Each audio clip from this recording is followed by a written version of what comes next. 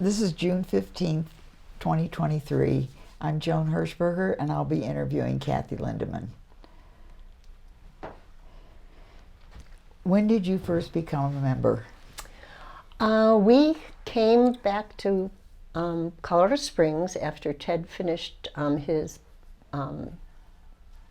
his year in Vermont. He was actually hired to be a professor in Vermont, but CC was his dream job, and a position came open. So we were able to come back in early 1982. We brought our little daughter, Robin, with us. And at the time, I believe I joined when I was pregnant with my son, Ian. So that was about 1983. Okay. All right. And you've already answered what brought you here. You got married.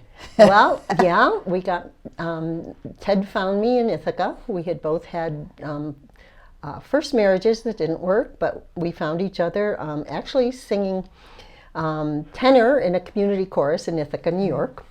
And so, music and singing in choirs was a big part of what brought me to church. Okay. I was brought up Catholic, and so, but I got away from that pretty quickly in college. Okay. So, so when we joined, well, we joined the Congregational Church in Middlebury, and we're in part of that choir. And then we were in Boulder, and then when we came here, of course, we joined the choir here. Okay. Well, I know now you're doing lots of music. You seem to bounce around. Well, yeah. There are some services when I go from one thing to the next, and it's always kind of fun to try to figure out, okay, how do I get out of there and get into there? But yeah, so I'm a member of the flute choir. Phyllis started the flute choir back in 1992, and I was one of the first members. Okay. And that's been awesome.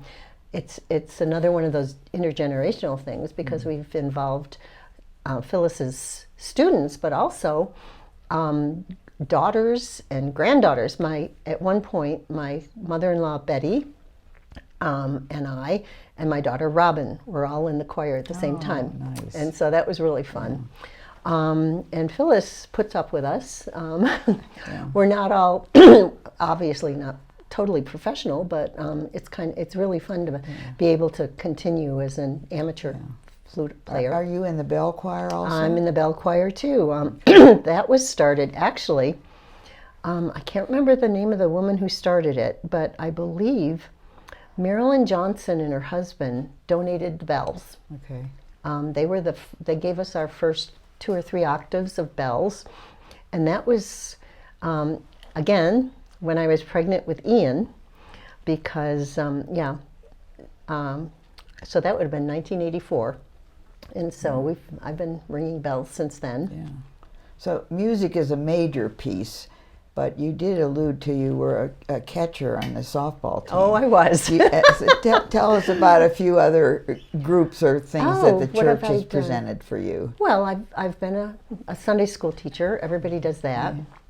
I was asked to be Mary one year, which was really kind of, wow. That was special. That was, yeah. And so after that, I said, can I be part of the committee? And so I was on the mystery committee for about 18 years. I was one of the angel wranglers. Okay. And so, yeah, we used to, and that was always fun. I loved having the girls come back and be angels. They go off to college, and it was such a wonderful reunion to see everybody. Nice. Well, that's one of the cool things about being a longtime member of the church. You watch the kids grow up. Yeah. You've mentioned intergenerational. I see that as a strength of the church. That it does absolutely. provide that intergenerational opportunities. Oh, kids feel really comfortable here. Yeah. What are the first memories of First Congregational? We're kind of going back. Well, I remember Lenore Polson being really, really sweet. And she saw me pregnant, and she said, well, I wanted to give you encouragement and tell you we're really glad that you're here. And that's nice. yeah, I mean, everybody was has always been very warm and accepting, and yeah, I always felt comfortable here. Good. Let's see. Can you tell us a favorite story or memory about First Congregational? Okay. I can tell you thought about this one. Well, this is sort of famous for people who have been here for a while.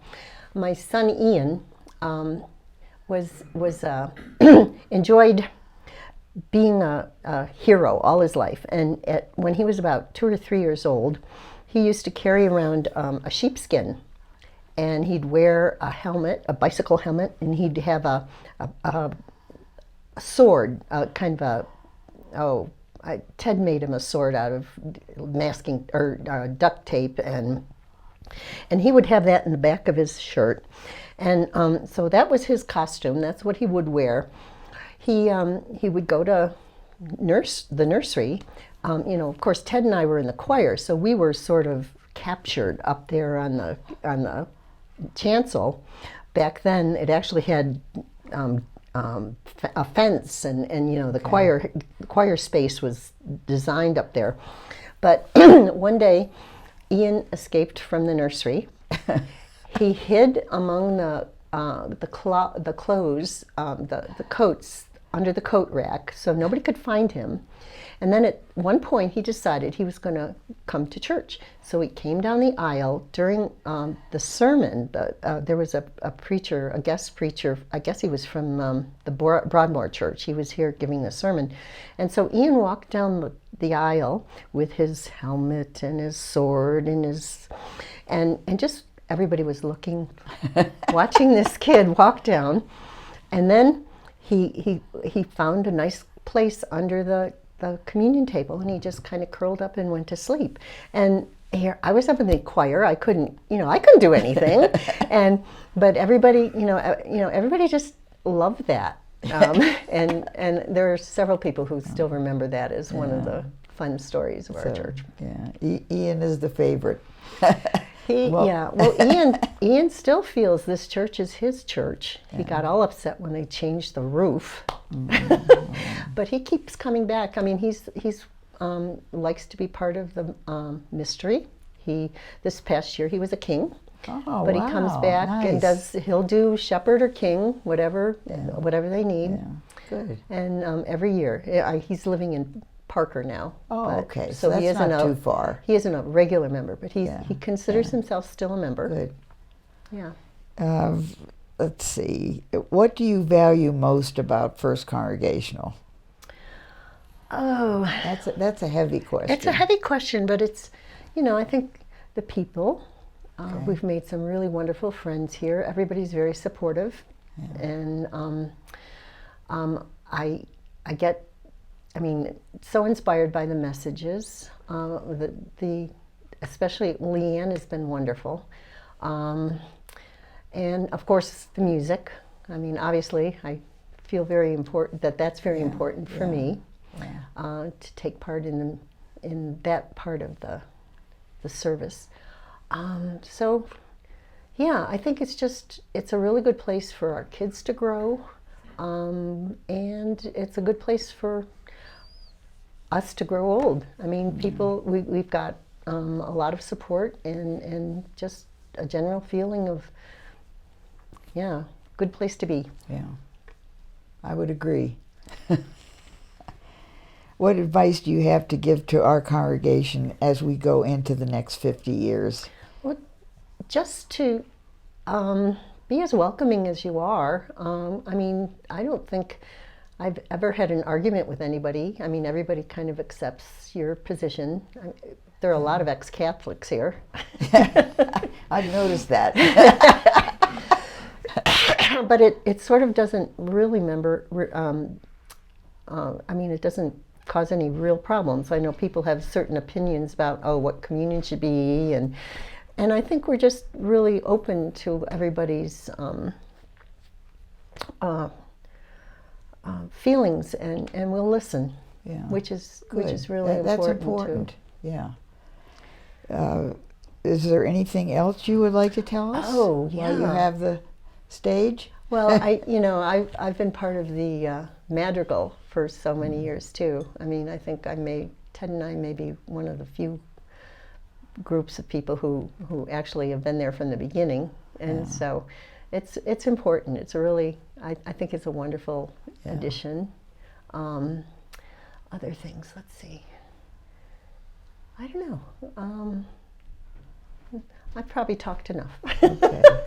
I would like to circle back. Ted is a scientist, and I know that you met at Ithaca, and I believe you. I don't know much about, but I think you were on the faculty at Colorado College. So. No, I was never on the faculty. I was Okay. a staff member. Okay. When we met in Ithaca, I was working in the libraries. I had graduated from Cornell with a degree in biology. Okay. But I had spent 4 years putting my first husband through vet school. Oh. And then, but he was gay, so we decided that we should part ways. Yeah. And but then I met Ted in the community chorus, and we sort of meshed. How many years have you been married? Let's see. Now you're supposed to know this. It's been 40. Oh, geez, 43 or 4, somewhere in there. Yeah. Well, I think it was a perfect match. Oh, I think we're okay. Yeah. We're doing okay. Well, thank you for your time and sharing and all the contributions you've made to First Congregational. Yeah. It's my pleasure. This is home. Thank Yeah. you. All right. Okay. When we first came back, it was Jerry Jordan. Okay. And Good. so our kids grew up sitting in front of Jerry. And of course, there were interims. I remember Brad Skinner. There was a fellow named Bill that I can't quite remember, but and then Jim White. And my son Ian actually was on the committee to hire Ben when they wanted to hire a youth minister. And then so then it was Ben, and then we had the interim, I can't remember her name now. That's Nairi. Nairi. Because that came about that time. Yes, Nairi was wonderful. She was a great segue. And then Heather, which Heather really never quite fit in for me, but that was a hard period. Also, we were here. I was on the committee that worked on the open and affirming issue, Okay, which was a biggie. yeah. I have 2 brothers who are gay, and I have 2 godchildren who are gay, which is sort of an oxymoron. I know. Yeah. As I said, I was brought up Catholic, and I have 5 brothers, all of whom were altar boys.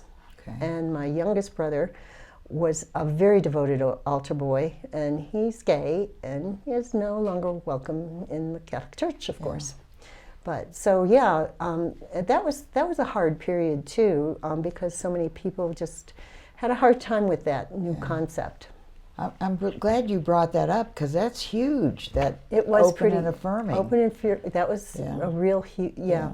And a lot of people have come back. There were a lot of people who decided that they just couldn't go along with this. Yeah. But I remember it all started with Betty, Lynn, and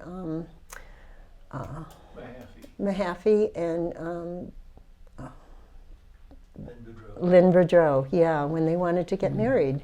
Oh. And then it wasn't. We had no policy, and so we needed to figure out what to do. And I guess they didn't get married in our church, but that started it back in the mid '90s. Yeah.